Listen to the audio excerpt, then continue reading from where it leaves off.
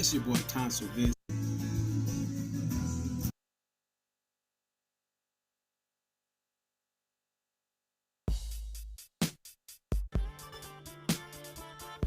It's your boy Tonsil Vince 34 back at home.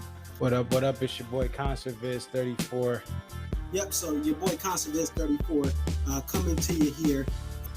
What up? What up? It's your boy Concert Viz 34.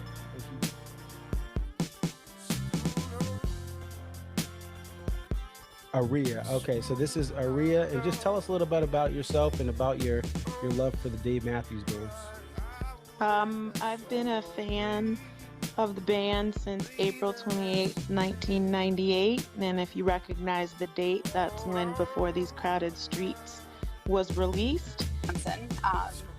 Alpine is definitely a better venue than Summerfest, but we'll take it. I think I've been going to shows for about 20-something years. I always tell people, like, compare DMB to now to when I first started. And I got started, in my opinion, I feel like I got started late. Like, I was at the very end of the band's prime. I feel like that 03 to 06 was like the end of the prime. 07, 08 was like, you know, we're at the very end. And then when Roy passed. But Dave really, this is the thing. Dave has put, Rashawn has been assigned the quarterback of this team. He is the coach, the play caller. He designs the jams. Dave just shows up and plays whatever he's going to play.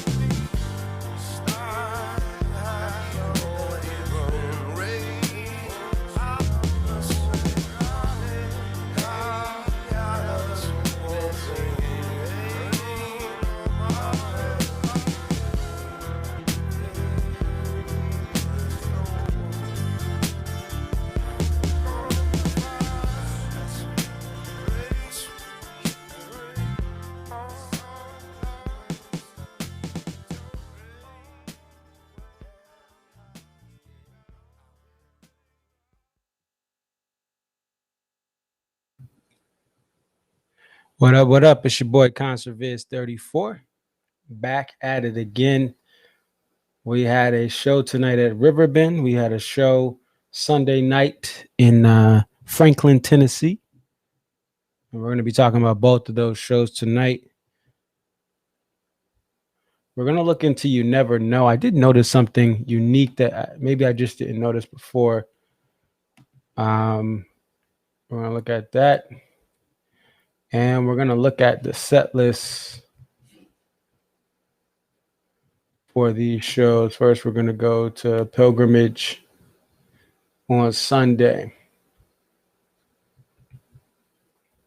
We're going to be talking to Kate from Boise, Idaho. And she's going to be talking about her experience at at Franklin, Tennessee's Pilgrimage Festival. And also, when it comes to pilgrimage, we had Dave performed with another a band that I really think should open up one of the Gorge shows, and that is going to be the Black Pumas. Let me see if we can.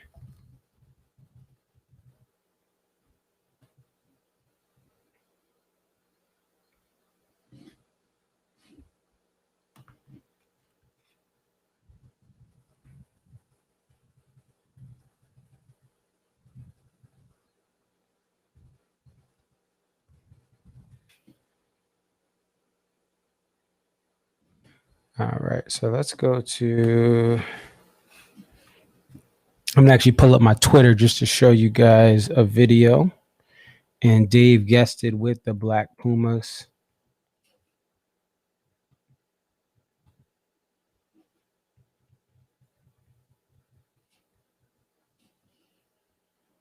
Let's go to this. And we will also eventually get to, we're going to talk about Dead & Company canceling shows in Florida, although what I thought it was and what actually happened may be two different things here.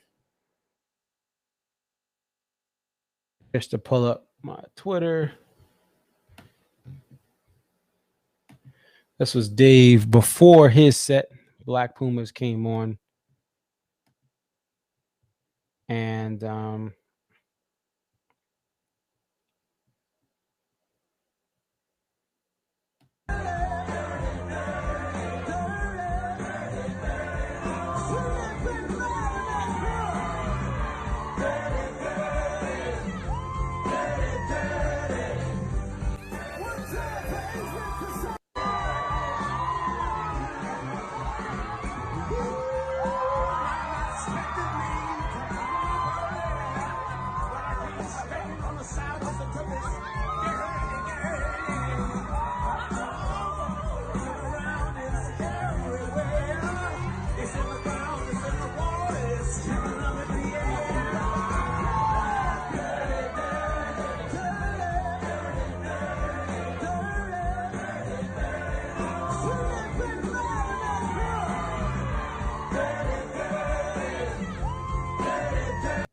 so that's the clip. And Richard, yeah, these will be up. If you can't stay up, these streams stay up. And what I'm going to do is start timestamping them as well. So that like it'll say like, all right, this is our discussion about the show. This is our discussion about, a part of the set list. This is a discussion about the set closers. So you will see some of that stuff here timestamped in the description box. When everything is done, I'll go back, check the timestamps, and we'll go from there. But just be on the lookout for that. So what I'm going to do is I'm going to call Kate, and we're going to go over Pilgrimage. And this was a special show for Kate. We're going to talk to her also about her view. I know just from the backstory. So Kate and I met Gorge 2019, and we actually both were rolling solo dolo. And she came up, just started talking. Hey, do you mind if I sit here? And she came a little late, and she had a blanket and binoculars. I was like, and then she's like, hey, you want to sit on the blanket too? Hey, you want to check the binoculars out? And we had some great conversation about DMB. And that was Gorge 2019. And 2021, we both were back at the Gorge again for DMB. And this time she had a engagement ring, and she actually got married after the Gorge. So it's funny how things change after the 2 years and the different milestones and things in your life. So she went from the Gorge to wedding prep to Pilgrimage Fest. So that's what we're going to talk to her about, Pilgrimage Fest tonight. And that's the thing about the Gorge. Both times I've just met great people and stayed in contact with many of them from 2019, and then 2021, people I met in New Hampshire, I also saw at the Gorge, and met new people this year at the Gorge. I hope to see again. And Michael, what's up, Michael?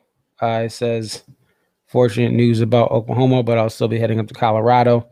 Hope we get some rarities. A lot of people are making their new stop. Yes, and even before that was their new people from Oklahoma were shifting over. Sorry to hear about that, and it's frustrating to see that, even me not being there, just knowing how special those shows were going to be in Oklahoma. But yeah, Colorado has been one of the best. We have Typical Times, aka Ron from Colorado, on with us here in the chat. Colorado has actually sold. It's been one of the best selling tour stops since they've gone to Fiddler's. It hasn't been every single year.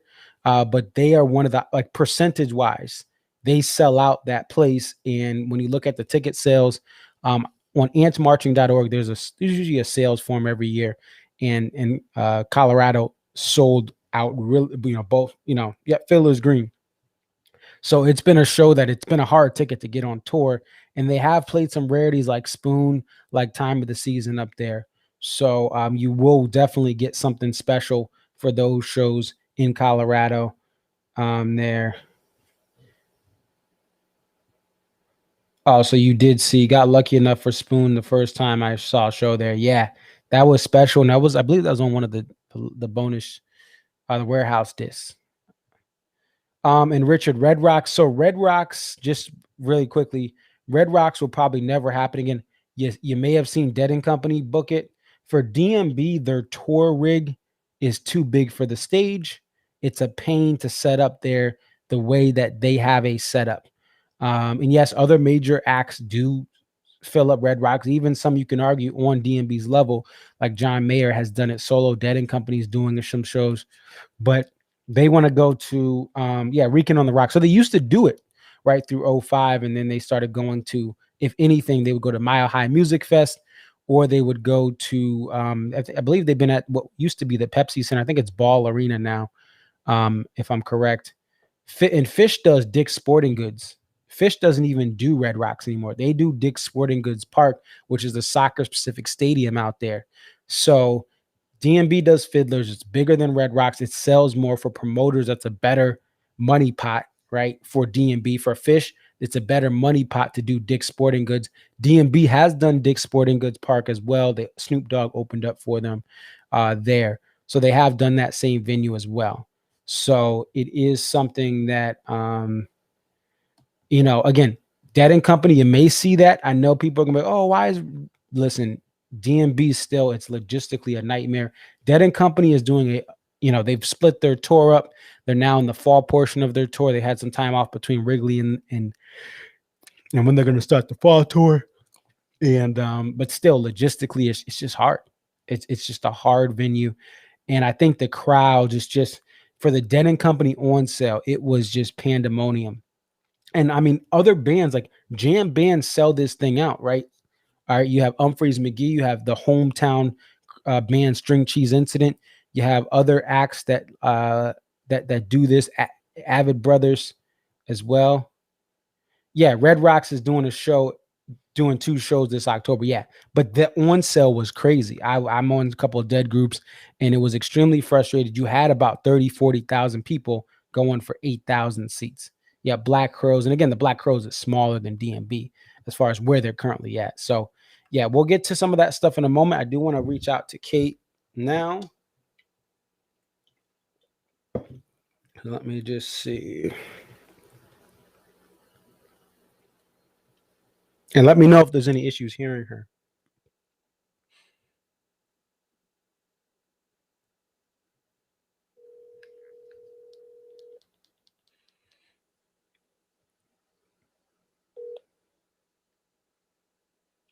Hello. Hey, Kate, it's Marcus. How you doing? Hey, I'm good. How are you doing? I'm doing well. So you're live on our stream, and we wanted to get your reactions. I'm going to pull up. Like I said, we have some of the pictures. I just took the pictures, some of the pictures you had posted from the show, and we got them on. But just tell us about, first of all, tell us about how you became a Dave Matthews Band fan. Okay, well, can you hear me okay? Yeah. Okay, perfect. So, I guess it started, I was kind of a late bloomer. My first show was in 2010. Met my now husband, and he was a huge fan. Seen him on, like 30 times. And of course, I knew Dave, I knew the band, but, you know, just kind of like any college kid, you just kind of know the normal ones, you know, Crash, Satellite. And he was like, let's go to a show. I was like, okay, great. I mean, I lived in Bowling Green, Kentucky. We could go to Atlanta and we could go to Cincinnati. Unfortunately, at that point, he wasn't traveling through Nashville. So we went to Riverbend, which I think that's where he was tonight, right? Yes, that's correct. And so went to Riverbend, and that was my first show, and then obviously hooked ever since, and I've tried to go at least once every year since then. And now, you know, going to the Gorge and trying to catch him at festivals, you know, my number has definitely increased. But yeah, so started in 2010 and haven't looked back. Awesome. And we just want to congratulate you. You came to the Gorge with a ring, and now you're married. So we want to say congratulations to you and your husband on getting married through, you know, especially after everything that's gone on the last 2 years or so. Right. We're glad you're able to have the wedding. So yes, thank you so much. All right. And then if you could just talk about, because I know we've talked before, I'm looking at the picture you took of Dave. It looks like you were really close. Talk to us about where you typically used to sit for shows and the view you had for Pilgrimage Fest. Yeah, so, you know, we've always just kind of been lawn people. We never, I mean, we've always had a good time. We've always been kind of nonchalant about it at first, but, you know, now, you know, you get more obsessed with it, and you crave more, and you start to think like, okay, the lawn just doesn't cut it for me anymore. You know, you get that itch that you're just like, okay, I gotta get closer. Why are we still in the lawn? And, you know, and I'm a warehouse member, and just never really took advantage of that, like, you know, like I could have been. So started to really ramp up and take advantage of that, and understanding that, you know, like, okay, I think I'm ready to get closer than just paying for a lawn ticket. And so always just kind of been way in the back, you know, again, always been content with it, but now kind of just feel differently. I got to be closer. So we knew we were going to the Pilgrimage Festival. We've been multiple times before. We're originally from the area, and had a great time the last time we were there. And we knew that there was going to be, we figured there'd probably be a VIP pit, but we had GA tickets. We were like, okay, we'll just get in. As soon as the gates open Sunday morning at 10:30, we're going to get there. We're going to go straight to the stage. We're going to see what it looks like.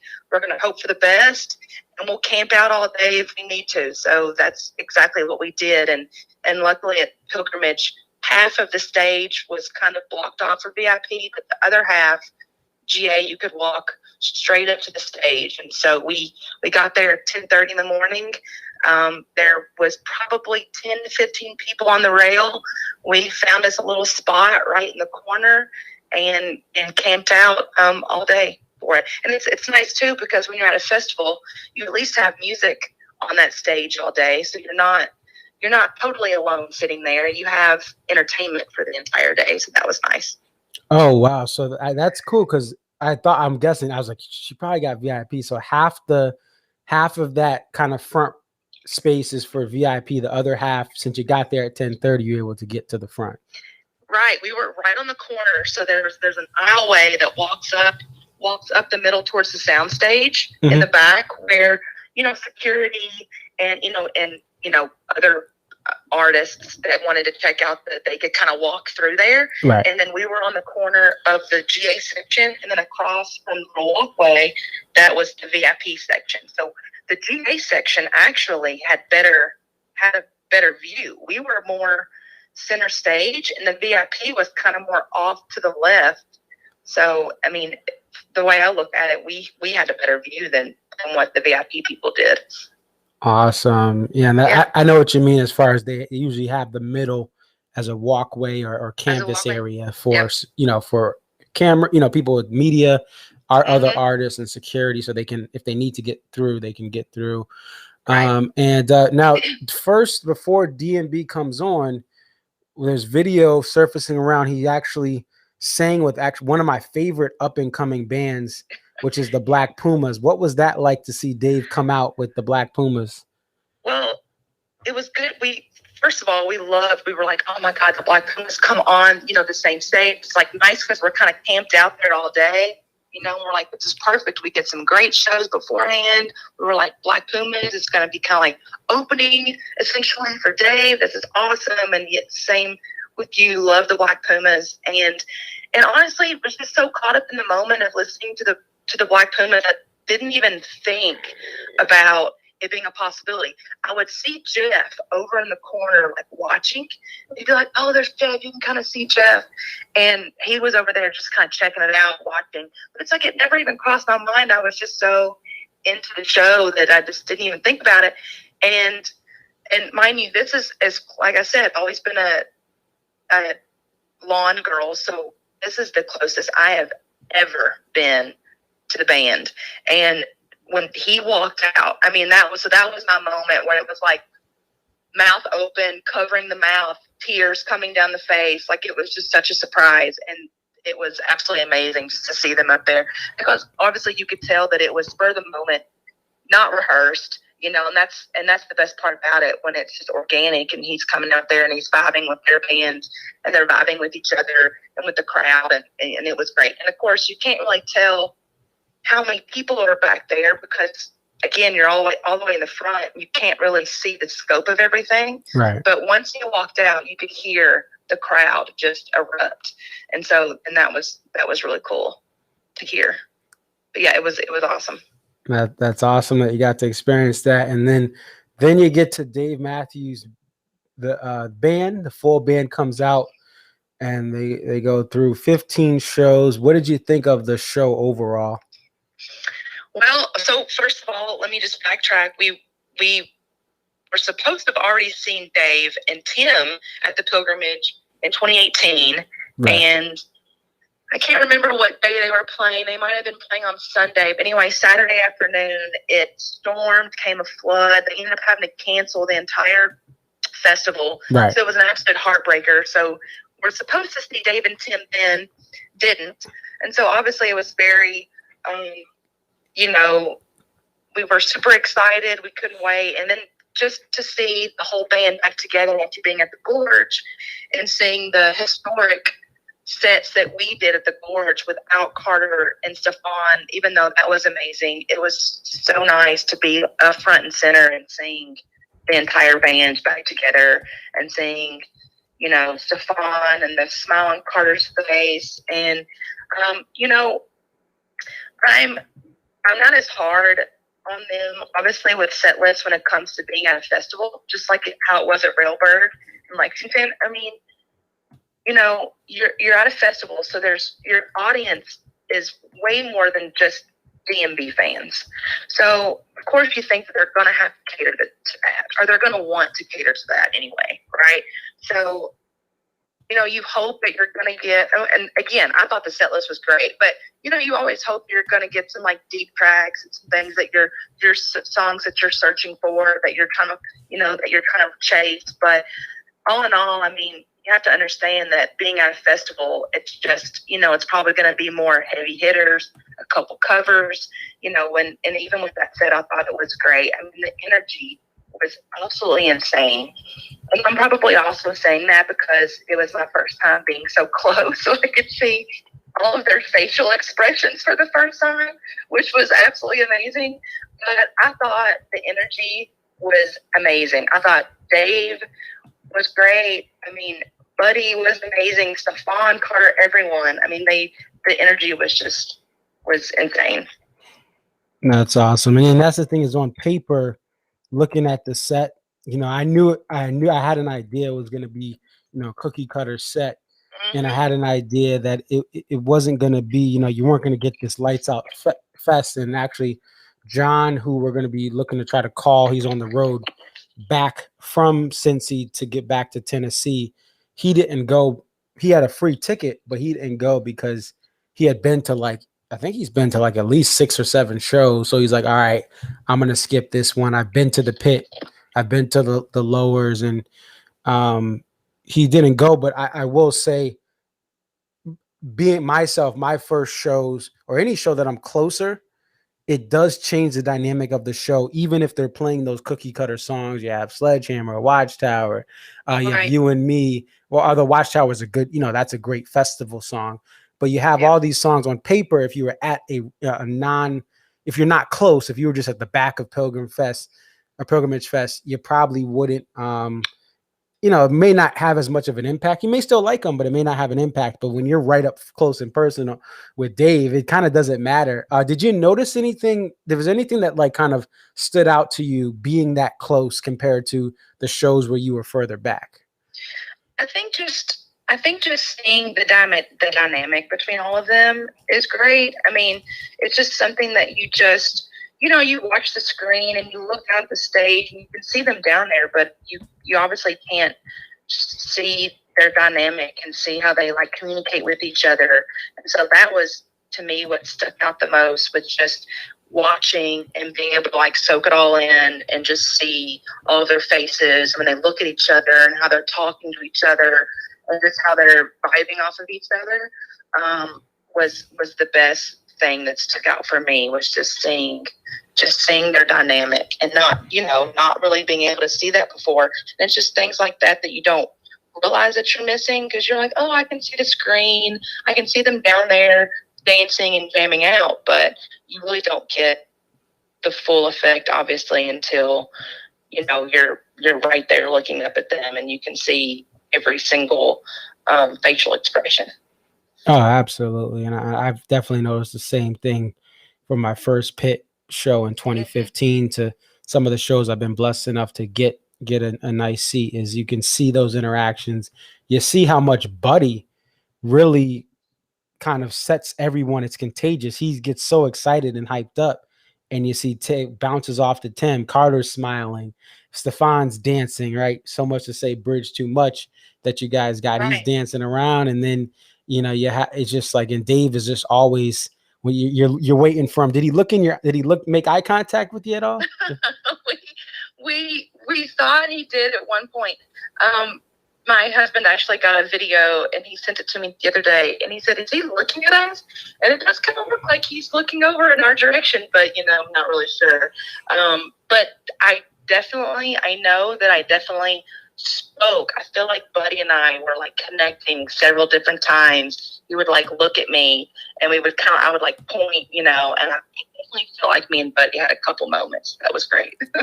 That's awesome. And you can tell Buddy, every time he comes on stage, it's been, he's been with us since 2018. Every time he comes on stage, he captures the moment and he's so excited to get that energy. And he's been with Usher, stadium tours with Usher. He was with Ariana Grande when the Manchester bombing occurred, and that was a large venue as well.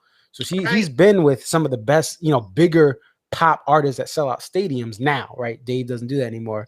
But when he gets on stage for any D&B show, he is just overwhelmed by how much energy we give back. So it definitely is a special thing there. Now, any other D&B shows for this year? No, not for this year. Not for this year. Did the Gorge.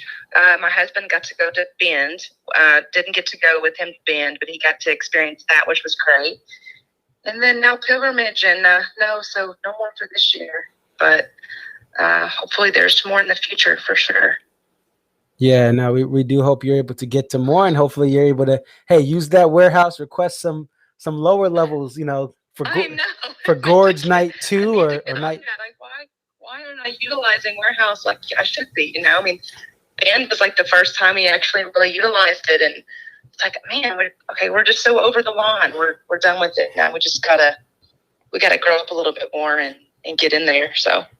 Yeah, and you can always, I think it's still nice to balance it out. I will say, being closer, especially the pit, sometimes there are some issues with the pit, and people. Now you can get to the back or find a spot, but sometimes there are fans that are a little more on top of you at the Gorge. The seating is, there's sometimes like you feel like you're packed in like sardines, but there's pros and cons to everything. But I know you and your husband will find a balance as you look forward to 2022, and see some shows from the lawn, from the uppers, and then, hey, get back down to the lowers for a full band show. So.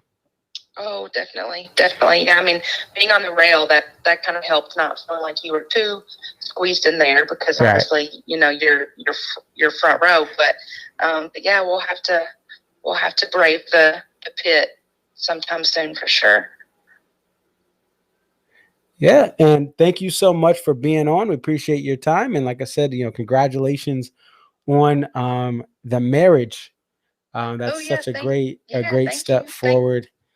Thank you so much. And yeah, thanks for having me on. It was great talking to you. Likewise. You have a good rest of your night. Take care. Okay. You too, Marcus. All right. Goodbye. Bye.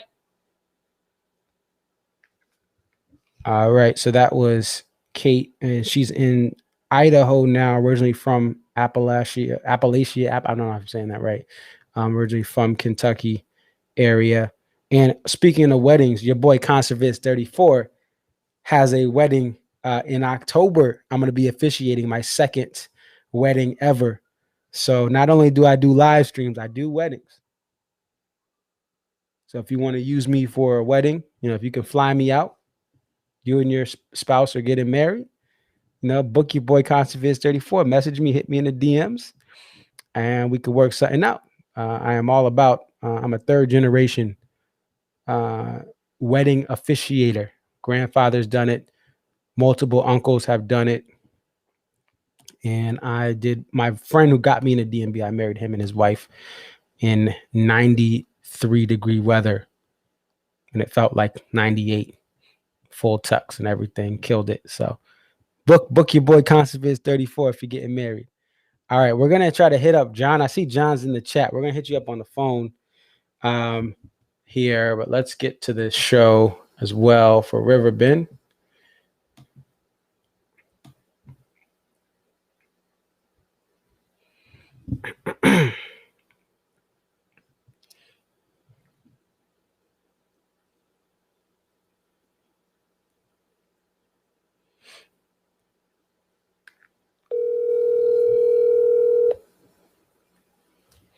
Hello. From the place that you love to hate, John Dix on the check-in. How you doing, man? I'm doing good. Back at my friend's house. We bailed during Don't Drink the Water. Got back to the house. He fixed it. Well, I kind of corralled my friends and made them leave with me during Don't Drink the Water. So yeah, we're back at the house, about to eat some pizza. I have to show them how to warm up pizza in the oven since they're uncivilized heathens. But with the cardboard box. See, they never woke up on a cold morning and used the stove as a heater. You can tell. So yeah, so I had to just show some education.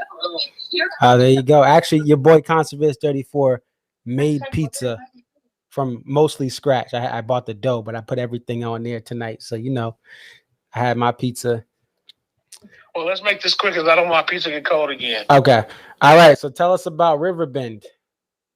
Great show, man. Especially for a Tuesday in the middle of the week, in the armpit of America. It was actually a decent show. I got You Never Know. I got Pig, and so I'm happy with just those two songs. And he didn't forget the lyrics, and then the Carter did the little snare tapping before You Never Know, which is kind of rare these days. And Buddy was on fire, so I had a good time at the show. Upgraded my seats. You saw the spectacular seats that I sat in today, thanks to Aaron Huff, my hetero life mate, who I've hit lots of shows with. And so yeah, I went from uppers to fourth row behind the pit, so that was real great. Yep, we got that photo. I got that photo posted up. Yeah, I got the poster. Got in early. Got the poster, even though it was ugly. I still bought it. Yeah, it was an ugly poster, but I still bought it. Crowd was pretty good. No crashing. It was just a typical. To me, it was above average, middle of the week show. There you go. That's awesome. And yeah, can you tell us about what happened with the fan passing out here during Sweet? I didn't hear that. What you said? Can you tell us about the fan that allegedly passed out during Sweet in the pit? Oh, they did. Yeah, Dave spotted it, and then he was waving security over, and they got her, fanning her, and whatever. And then it was during Sweet, but yeah, they came and got her up out of there. And then Dave did not miss a beat though, but he did wave security over to come get her or whatever she dropped. But I think she's gonna be all right. Probably just dehydrated and probably didn't drink enough water, and because the pit at Riverbend is not very crammed like most pits, Mm-hmm. so it wasn't like she was being like smothered or anything like that. She probably was just a little dehydrated, and just took the 1, 2, 3 nap. But prayers out to her. I'm pretty sure she's gonna be fine. And Dave, it was good to see Dave. Yeah, amateur hour. She probably hit the White Claw a little too hard pre-show. Gotcha. Yeah, I don't know about that. But yeah, it was overall a good show, like I said. Tuesday, the Armpit of America. And, yeah, so, but yeah, I'll be back. Mohegan and MSG is next for me. All right, and I'll be there with you at Mohegan. Actually, I'll be here. You're picking me up from the airport, my friend. It's gonna be chauffeured Vids 34, Uber Vids 34, picking you up. Yes, we got to document the whole experience. All right, well, hey, I'll let you get back to your pizza, but thank you so much for checking in again. Safe travels back through Kentucky. Don't stop. Watch out in Mitch McConnell land, and make sure you get back safe to Clarksville. Yeah, so before I leave, make sure y'all support my boy Concert Viz 34. Make sure you hit him with the PayPals, the Cash Apps, the Venmos. Support the channel. Hit the like button. Hit the subscribe button.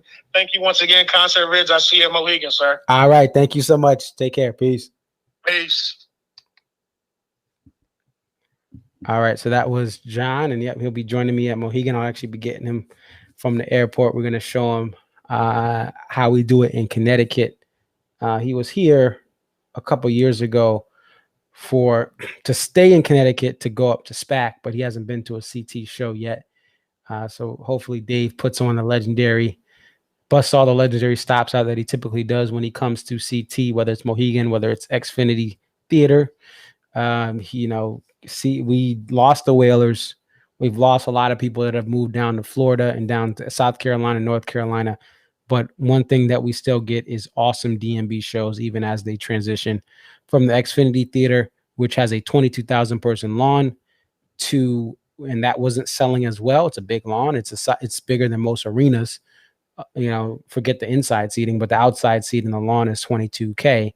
So they moved it over to Mohegan for this year. They sold, these shows at Mohegan are more intimate. They do sell out, so it gives the promoters a better profit margin, because it's tough in this era of DMB.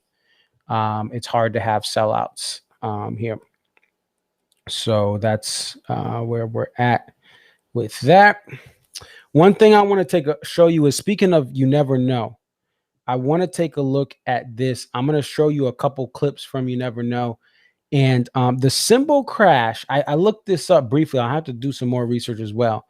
One thing John pointed out is there was a cymbal crash that Carter does tonight, and he did it in Guilford, New Hampshire when I went. I'm going to take a look at a couple of videos. This is the summer tour warm-up from 7/12/14. So just watch this real quick. We're gonna notice something about no cymbal crash.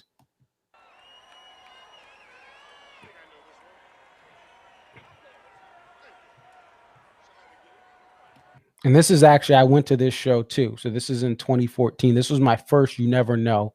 This is from the summer warm-up series.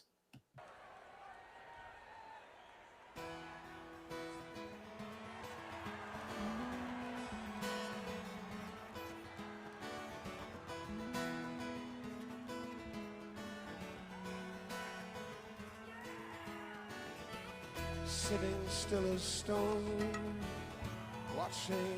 So if you notice, this is again 2014, my first You Never Know, in the upper pavilion at Hartford, right?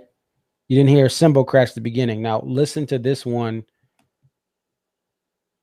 This is from the Gorge. I was at this show as well, 2019, August 31st. This was Gorge Night 2.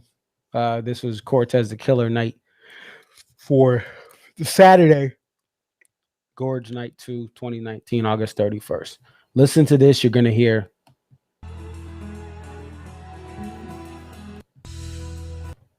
So listen, ready, set. So you hear the cymbal crash. Now, again, go back to this one.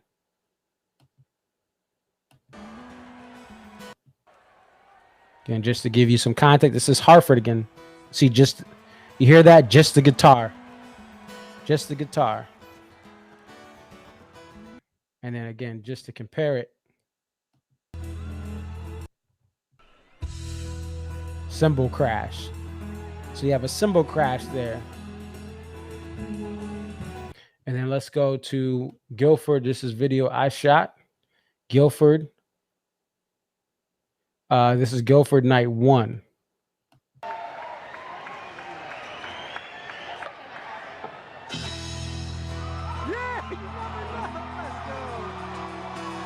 So again, going back just to play it back for you. Bring that beat back for me again.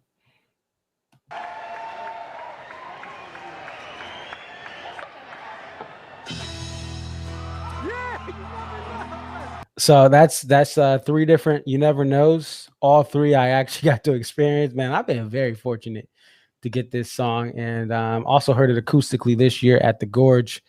Heard it at, was it played at? Let me see my stats.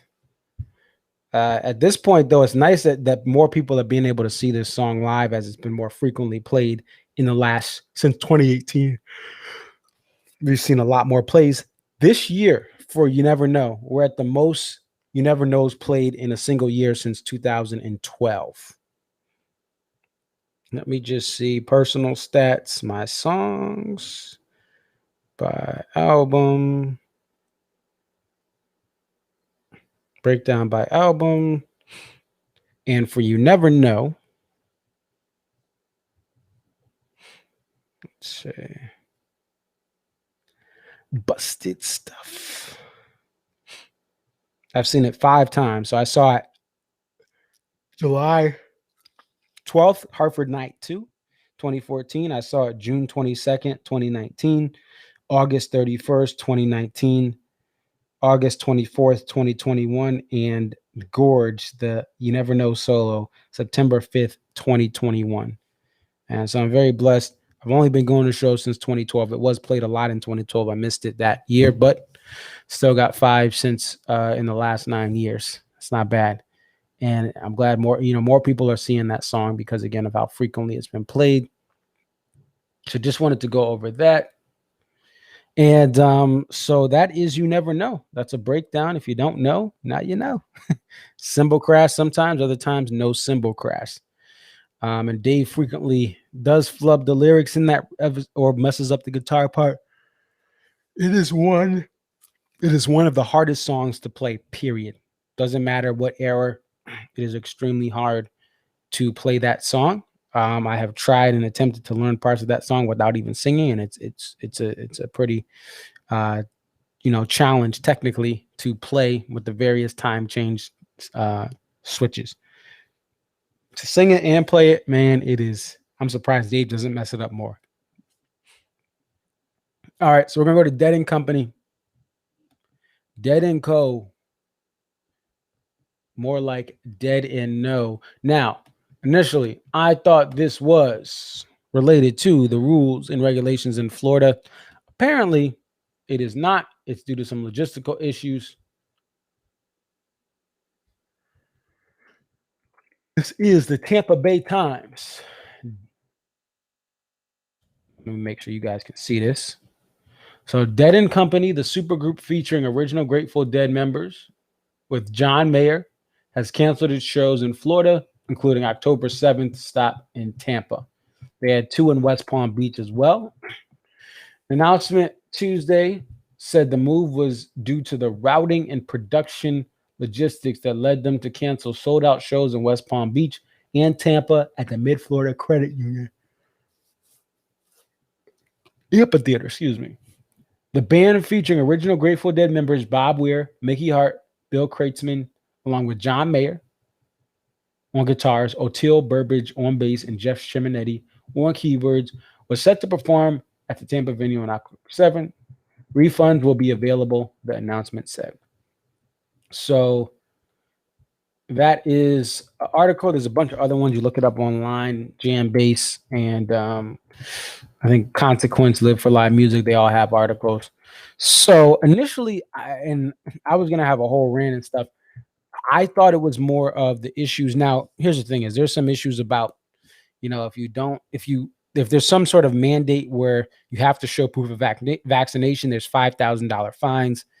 The cruise lines have had a workaround, I guess a technicality where they're allowed to still do it. But some of the southern states have had some challenges as far as, just to be honest, they had challenges with, allowing things to be checked, right? The southern states in the United States of America, they're kind of, there's an idea of, okay, they're worried about the idea of, private businesses that are having these mass gatherings, these entertainment events, and saying, look, you have to, like, they shouldn't have to check anything. You should be able to, everyone should be able to go in. And the politicians think, hey, it should be, the concept is this. The concept is they should not really test, and this is more Oklahoma and Texas, especially Oklahoma, where DMV was canceled. They're saying, hey, they shouldn't even ask for proof of vaccination or a vaccine card. That's discrimination. Like, they're taking it too far over. Now, not every southern state is doing this, and not every event is subject to this. But there's a lot of, and artists are coming in. One of the things with Dead & Company, their insurance policy states that in order for them to cover the shows legally, they have to put, for the pit area, the GA pit, you have to have a vaccination, proof of vaccination, not proof of a negative test, proof of vaccination to enter the pit. This is what their insurance company would not sign off on the policy and the coverage for the tour unless that was one of the things. And I think the band wanted to do that as well. But either way, the insurance company, it's a must. Otherwise, if that was not done, or there was evidence to show it was not properly, evaluated for the pit, the insurance policy would not cover any liability for the band at that venue. And with everything going on with COVID, even though, yes, you probably can't sue for COVID, but anything that may go wrong with the band, if the band needs to activate that insurance policy, they want to make sure they have the coverage. And working in insurance, it's all about mitigating risk, right? You are trying to do everything you can to reduce risk, even if it doesn't even if there's a debate about how much does it really cover? How much does it make sense, right?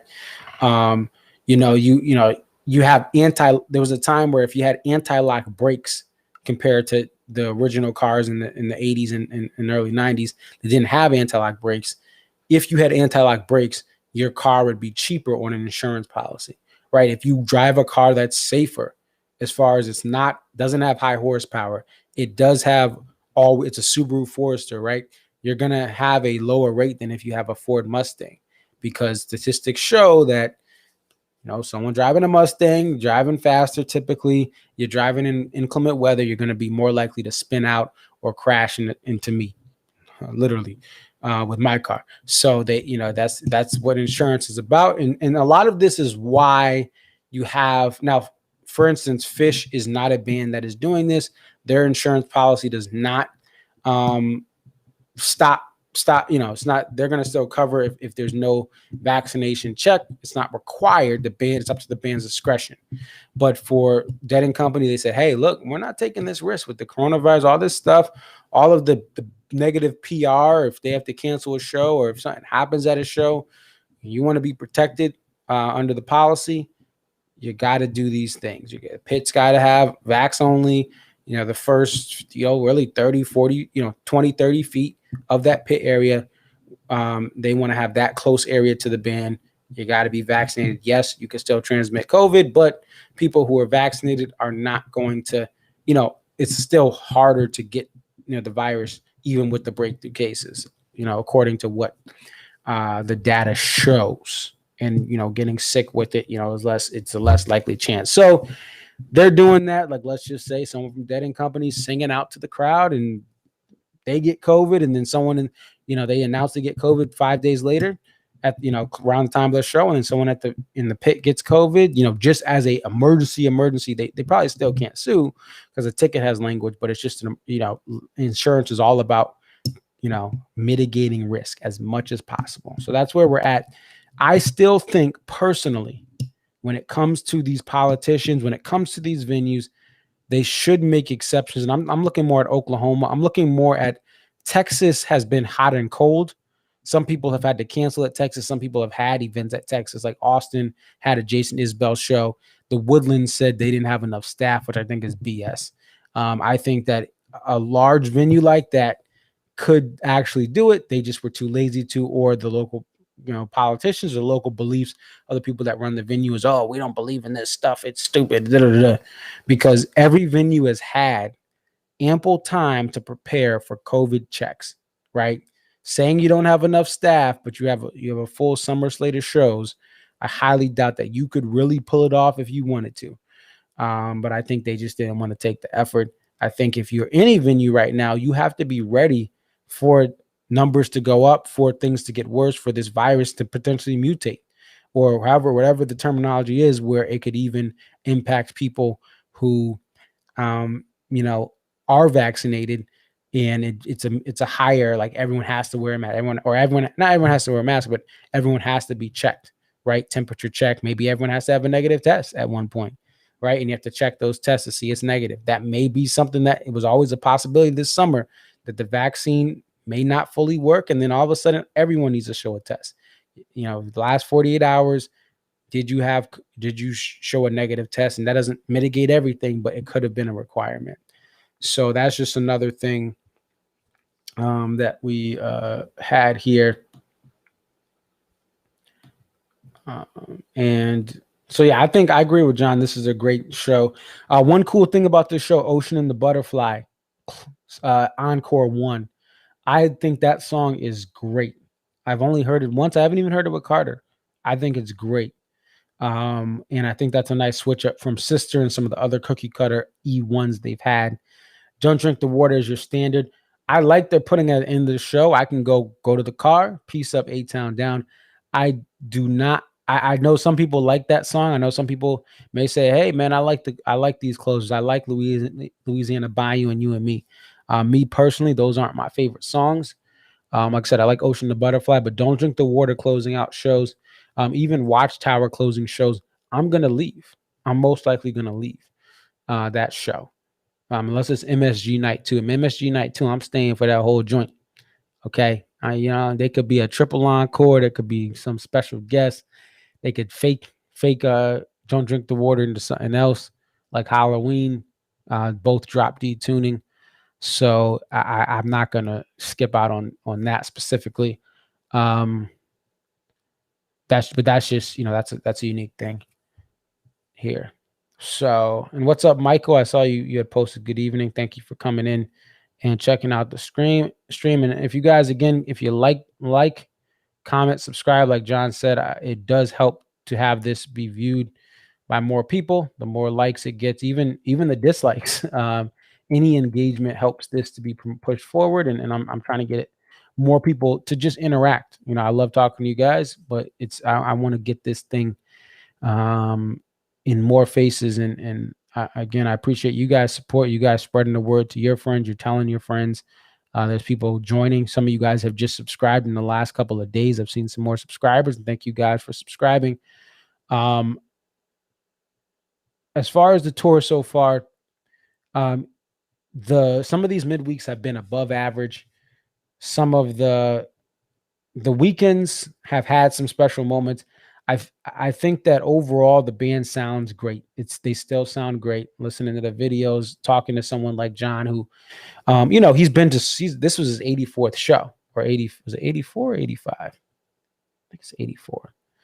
But he's been to a lot of shows, and he's trying to look for as much variety as he can. And he said tonight was great. You never know in a pig. So Michael says they need to play Drunken Soldier, Captain, Raven, Fool to Think, So Right, Stone, Spoon. I agree with those. They are, what it is? What's interesting? We're not getting as many like We haven't got as many Captains or Ravens. Fool to Think, I don't think has been played all year. So rare. I think it's been played like once or twice. The Stone has gotten more. I think the Stone did get a lot of love at the beginning of this tour. I think it got more love at the beginning of the tour than it has gotten in a while. Spoon has not been played. I would love to hear Spoon be played. But I agree with those songs. If those songs could come into rotation, it would be nice. I think another thing here is this.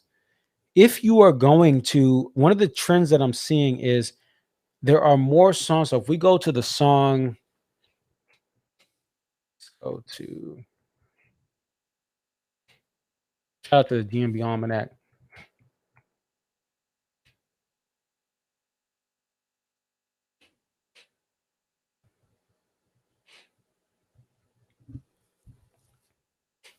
So total different songs. We are already summer, fall 2021. We are already, these are the, summer 2015 had the most unique songs, 116. We're already at the top 3. So here is what I will say about this song variety. We have more songs that have been played than every tour except 13 and 15. That includes 18 and 19 at 97. Includes 2012, my first tour, 2014, which was a 2 sets tour where we got some special things in the acoustic set we didn't necessarily see in any sort of electric set. Like Stolen Away was a song that was played more because they were doing this acoustic thing in 14. And also 15, we saw some more stuff. So there have already been more. So look at this. I mean, all of these, obviously, since Leroy Morris passed, there's been more albums, since 07. 08, he did start at the beginning of summer 08, then he passed, right? There's only 78 unique songs. And yes, they've had a couple more albums come out, but really that's a huge jump from 78 to 109. And some of these now, again, keep in mind with this year, we got at the Gorge, but they still played some of the songs multiple times. We got Come Together, right? We've gotten Satisfaction a couple of times, even before the Gorge when Charlie Watts passed. We've gotten, Hey Bulldog. That was a special one for the Gorge only. So that's why, maybe it's even more inflated because you had about 4 or 5 songs that were, at the Gorge. Superstition at the Gorge, right? I Want to Take You Higher, I believe, was played at the Gorge.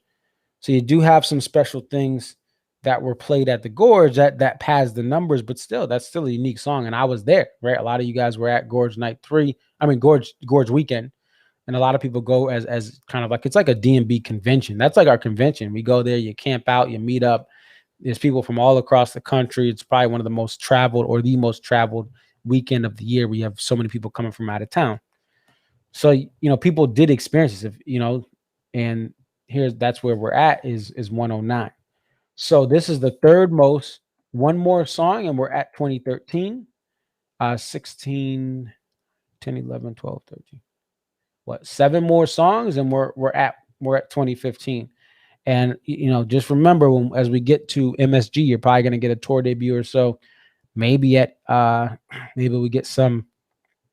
Like Colorado may get like a Spoon, right? And then you have not Hafid, but Mohegan Sun in Connecticut, where they do some special things there as well. It is really the CT shows. It's going to be the first time we get a 2-night stand. I've seen 2 nights at MSG, the only 2 nights ever at MSG. 2012, Jimmy Cliff opened up for DMB. And then 2018, got a Stone Say Goodbye back to back, which was dope. It may have been Say Goodbye Stone. One way or another, those 2 songs were played back to back. We got to Kill the King. That was when they busted that out as well. Michael says, I'm so thankful that they are still playing. Absolutely. I am too. I think, though, again, I see some people are complaining about the songs. If you go to the thing is, let's just say you go to West Palm Beach, right? You go to, let's say, all right, so a fan wants to go to Charlotte, Raleigh and Charlotte for the first weekend. They go to West Palm Beach for a 2-night stand. They go to Deer Creek, and then they go to the Gorge, right? There's a lot of shows that are similar when you look at those 2-night stands between the various tour stops. So you are kind of seeing a lot of the songs the same way. It's being, but you are like, if you go to, if like, obviously overall there's more songs, but Mansfield and Guilford night one, right? Mansfield and Guilford are rather close to each other, right? It's about hour and a half, 2 hours from each other, maybe a little more. But Mansfield and Guilford are, one state away from each other. And night one of Guilford was the same exact show almost as Mansfield. Less than about a week apart as well, or less than a week apart, right? Because it was Friday, and then what was that, like a Tuesday or Wednesday? So it was very interesting there. So if you went to those shows, you were thinking, oh, I'm going to Guilford 2 times and Mansfield before that, the Friday before, to get as much show songs as possible. And you got pretty much 2 of those 3 nights were the same set, right? Obviously, night one of Guilford, you got that Satisfaction debut by the band, which is a big moment. But some fans that are diehard travelers, they're traveling and putting money into this, hoping to get something special or something more unique than what they got for Mansfield night one, Mansfield only night, and then Guilford night one. But the reality is, if you want variety, what you got to do is you go Gorge weekend. Maybe you go Gorge and Deer Creek, Gorge and SPAC, Gorge SPAC in the name of Gorge, SPAC, Deer Creek. I'm in. Maybe you do that. But if you're going to multiple 2-night stands, don't be shocked if you get some of the same stuff. Actually, you could argue some of the 2 weekend shows in 2 different venues had some special stuff. When I look at Mansfield and when I look at Merriweather, right? That's a special weekend, and those were 2 separate tour dates, right? So I think it's something where if you're looking for a variety, you're not necessarily, like, if you're looking for uber crazy variety, you're not going to get it. Where some years, yes, they played less unique songs, but if you went to like Gorge, SPAC, and Alpine for certain years, you did get a couple of different things. For Alpine, you got to Let You Down. For SPAC, you got maybe a Raven, A Fool to Think, and then for Gorge, you got like a Brandy Carlisle and Spoon or something like that. Like, obviously, these are different years, but the point is, you sometimes you get some special things. But yeah, when I look at Xfinity Center and Merriweather, like, let's look at Merriweather, right? They had no repeats. Look at that. So you could go that now. That's a little bit of a hike. You may have to drive. That's a long drive. That's about 6 hours. But if you went to Mansfield and then the next night you go to Merriweather, I would put Mansfield. Here's the thing. Let's look at this. I would put this head to head with some shows. So we're gonna look at this. We're gonna do a compare and contrast here. So we're gonna do. I'm gonna put a title in here for you, and we'll probably clip this. And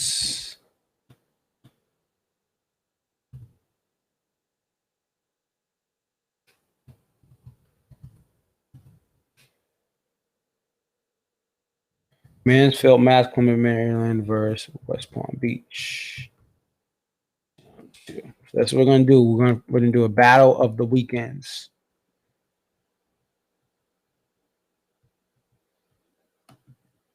All right, so let's get some music in this thing too. Let me see if I can get some.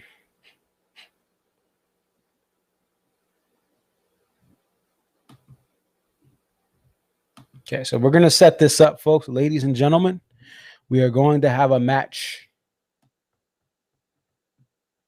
Just give me one moment. I'm gonna pull up some epic music. And we're gonna go to the Batson sessions, and I'll clip this. I'm gonna actually clip this. The battle of the sets. Battle of the sets. It's not the battle of the sexes. The battle of the sets. Let's see if I can get the Batson sessions. What are we gonna play here?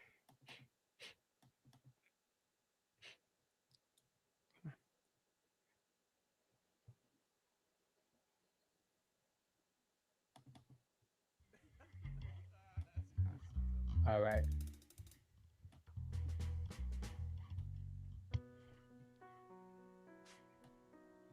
Ladies and gentlemen, we have a battle.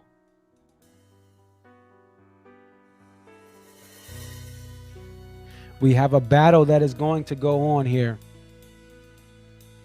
between Mansfield, Merriweather,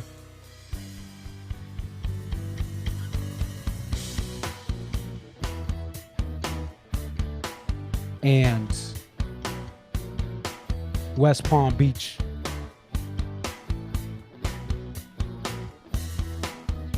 Let me load up the sets.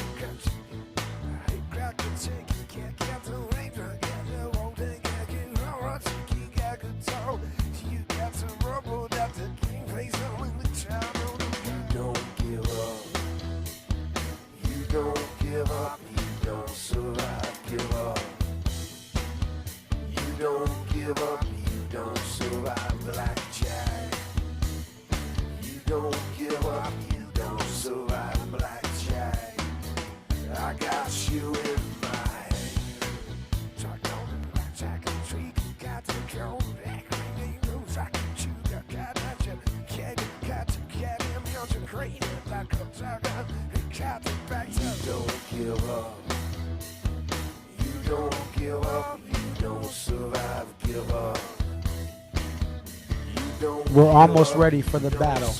Give me one more moment here. You don't give up, you don't survive blackjack. I got you in my hand.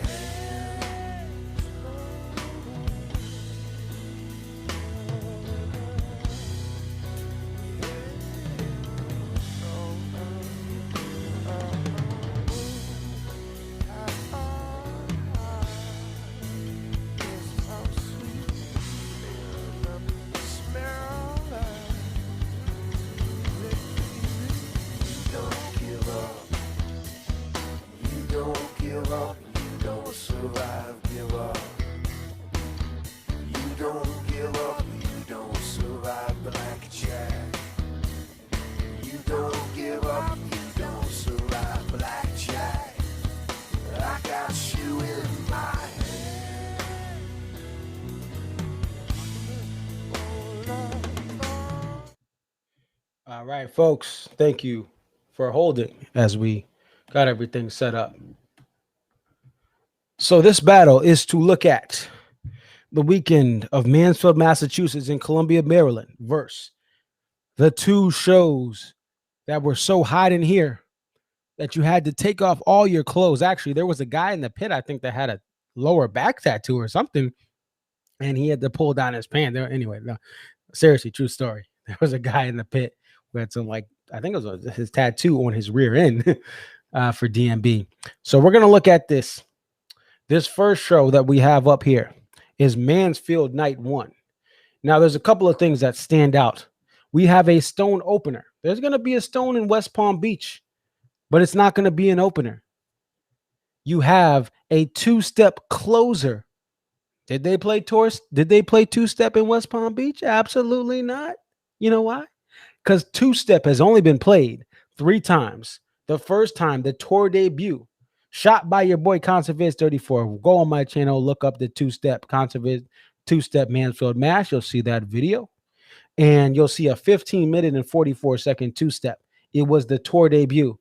Matter of fact, the only other times they played it at Railbird for the tour show opener, and then at the Gorge, Dave and Tim acoustically.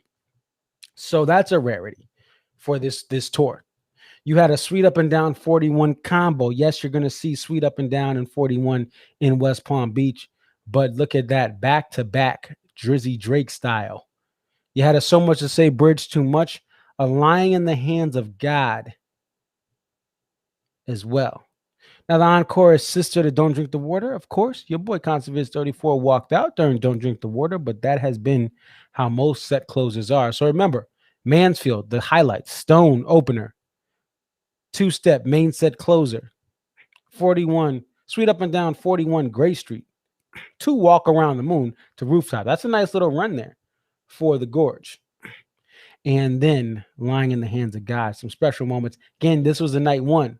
Then after that, they went to the Merriweather Post Pavilion in Columbia, Maryland. Shout out to my DMB fellas. I believe Columbia is in Montgomery County, if I'm right. I used to spend summers down there in PG County, in Anne Arundel County. Shout out to my folks out there. PG County, what up? So we have a One Sweet World opener. A Seek Up, Sweet to So Right. Boom, boom, boom. 2 of 2. After that, we have a Crush Time of the Seasons Tripping Billies. Only the third Crush played at that point in the tour. To The Only Thing, to So Damn Lucky, to Gravedigger. Don't go to the bathroom yet.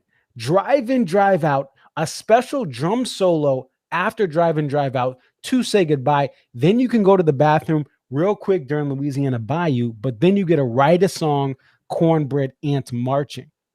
A Crash Into Me Watchtower closer. No repeats between Columbia, Maryland and Mansfield, Massachusetts. 20 songs apiece, 40 total songs for a weekend down the East Coast. Now we're going to switch over to West Palm Beach. West Palm Beach, night one. Crash Into Me tour debut. Seek Up to Crash Into Me. You have a Sweet Up and Down, Sweet to Recently. The only recently of the tour. Funny the way it is to Walk Around the Moon. We're going to skip over that other stuff. And then we get to a special part where we get a Rooftop, Lying in the Hands of God. A nice little combo of post-Roy music compositions that I think are awesome. And here's the thing. You get a Shake Me main set closer. A Sister into Tripping Billies. So Tripping Billies is a nice song, encore closer and a special song to end the night on. So that is something that makes it stand out compared to Mansfield night one. You do have some satellites. You have a Jimmy thing. You have a Louisiana Bayou. 1 of 4 sevens. Right? But so that is a rarity, but to me, I don't like 7. Cool studio track. I really don't like it live that much. It depends. But not a huge fan of it live. But that is a solid set list. And then here's the thing. We get a 41 Best of What's Around. Right? Grace has gone to One Sweet World. Hello Again. Only 2 of 2 for Hello Again as they come back, even though the song does not technically have to do with returning from a break. It has to do with murder. Okay, folks. We get a Nancy's Warehouse to a Stolen Away tour debut 1 of 1. Rhyme and Reason, Stay or Leave to the Stone. Ditch, Gray Street, Every Day, Ocean and the Butterfly. Cornbread Granny, Stay. Windows to You Might Die Trying. So you have a You Might Die Trying as an encore. This is a better encore, you could argue, than the other the Maryland show, a Mansfield show. And you get a 1 of 2 Rhyme and Reason, a 1 Stolen Away, and the second Hello Again, Nancy's Warehouse. So those are the 2 weekends. You can put in the chat which weekend you think is better, West Palm Beach or the East Coast combo. Boom, hit him with that right hook, Mansfield, Massachusetts. Boom, hit him with that left uppercut. That's going to be Merriweather. Now, for me personally, and this is just me personally, I would pick the East Coast weekend. And this is because this is just me personally.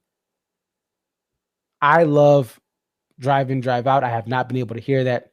Drive In, Drive Out to Say Goodbye is a better combo than any combo in anything over here, right? You could make a good case. Better encores, right? Tripping Billies, You Might Die Trying. You can make that case. You could absolutely make the case. You get a 41 Boa Grace has gone. One Sweet World to Hello Again. Nancy's Warehouse, Stolen Away. I love Stolen Away. I'm not chasing it for this tour. I'm chasing Drive In, Drive Out. I'd rather hear Say Goodbye than Stolen Away. But Hello Again and Stolen Away are solid song fan favorites from one of the worst albums of the band, if not the worst album, which is Stand Up. So those are lights in a dark album. You have a Stone mid-set. I say the Mansfield Stone opener is better than that there. So personally, I would rather go to, I went to Mansfield. I'd rather just go to Columbia, Maryland instead of this weekend. But again, this is a solid weekend, right? Because you do get some rarities, right? You get some tour debuts. You get a one of one and Recently. I love Recently. It's an awesome song. And I'm sure it sounded better with Tim being a little turned down this year. But I'd rather have Say Goodbye. I'd rather have Drive In, Drive Out. I'd rather have Two Step played, right? Even though it was originally more of a commonly played song, now not as much. I like this 41. I like this Sweet Up and Down 41 Gray Street there, which is a special little run. And when you look at these shows, you do get a Sweet Up and Down into Recently. That's a nice run as well. But you have a Satellite there. When the World Ends, I'm kind of getting sick of that song. It's been played 11 times. They did bring it back. I really don't need it, and that's just me personally. But I think some people would go at West Palm Beach. I personally would go with this Mansfield to Columbia, Maryland run. So you tell us who won. I'm gonna clip this. We'll put a comment. We'll make us either put it on Instagram or Instagram and YouTube, so you guys can vote. But again, just to give you a little breakdown again, so this is Mansfield night 1. Right here. Again, folks, you're looking at Mansfield, night 1, Stone opener, 2-step, main set closer, Sister Don't Drink as the encore. This same weekend, we're judging Merriweather, Columbia, Maryland, One Sweet World opener, Ants Marching closer, Crash, Tower to close out the encore. Again, this is Columbia, Maryland. Or you can choose West Palm Beach, night 1, Seek Up opener, Shake Me, main set closer. Recently one of one for the tour so far as we record this on it is now midnight, just past midnight, so now September 29th, 2021. And then night 2, this is West Palm Beach night 2, West Palm Beach night 2, one of one Stolen Away so far, Hello Again 2 of 2, a 41 to Boa to start off, a Stay main set closer, and You Might Die Trying encore closer. And again, the strength with West Palm Beach are these encore closers, Tripping Billies and You Might Die Trying versus the cookie cutter Don't Drink the Water and Snooze Tower, as I call it, because it's too predictable. It's actually not, doesn't make you go to sleep. It's too loud. There's no balance. I like the original Woodstock 99, the Watchtower from Red Rocks 95. I like those older Watchtowers with Dave's guitar.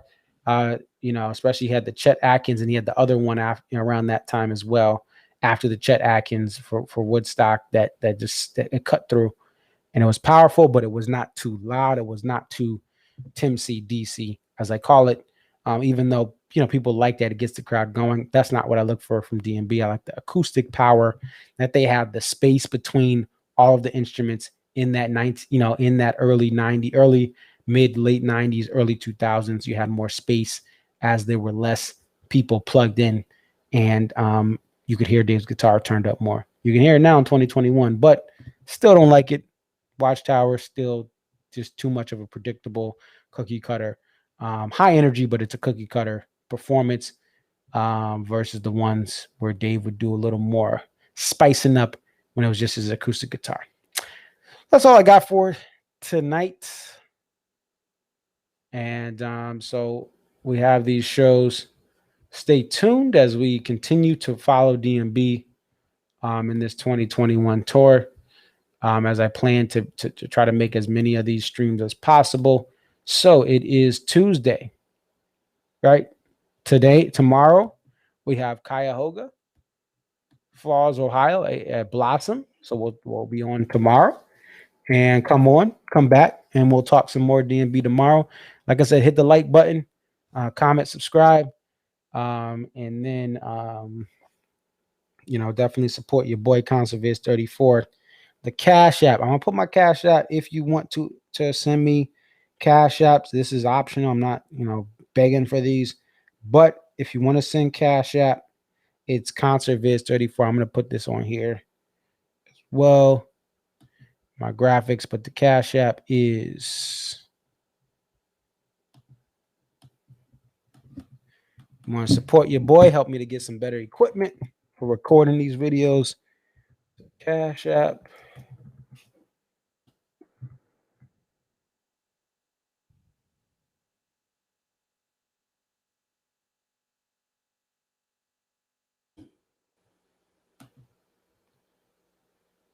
So the Cash App is ConcertViz34. Send a comment in there. We'll read it out on any Cash App. I'll read that out if I get it. And during the show or before the show, we'll read it out as long as it's appropriate too. Don't be saying some stuff, That'd be. But anyway, perfectly. Not required at all to send a Cash App. But if you want to support your boy, help this channel, help the promotion of this channel, definitely hit the Cash App there. That's all I got. Like I said, we'll see you tomorrow night or later tonight because it's 9/29/21. But thank you guys for the support. Thank you guys for everything you guys are doing to help your boy out promoting this channel. And thank you for your feedback. Thank you for all your opinions. You agree, you disagree, you think we're too crazy negative here. You like how we talk about stuff and keep it real. Anything in between, every comment, every thought process is welcome. I'll listen. I'll break it down. I'll tell you how I feel, but we'll listen to your opinion too. It's your boy Conserviz34. Definitely like, comment, subscribe. Peace. Be well. Be safe.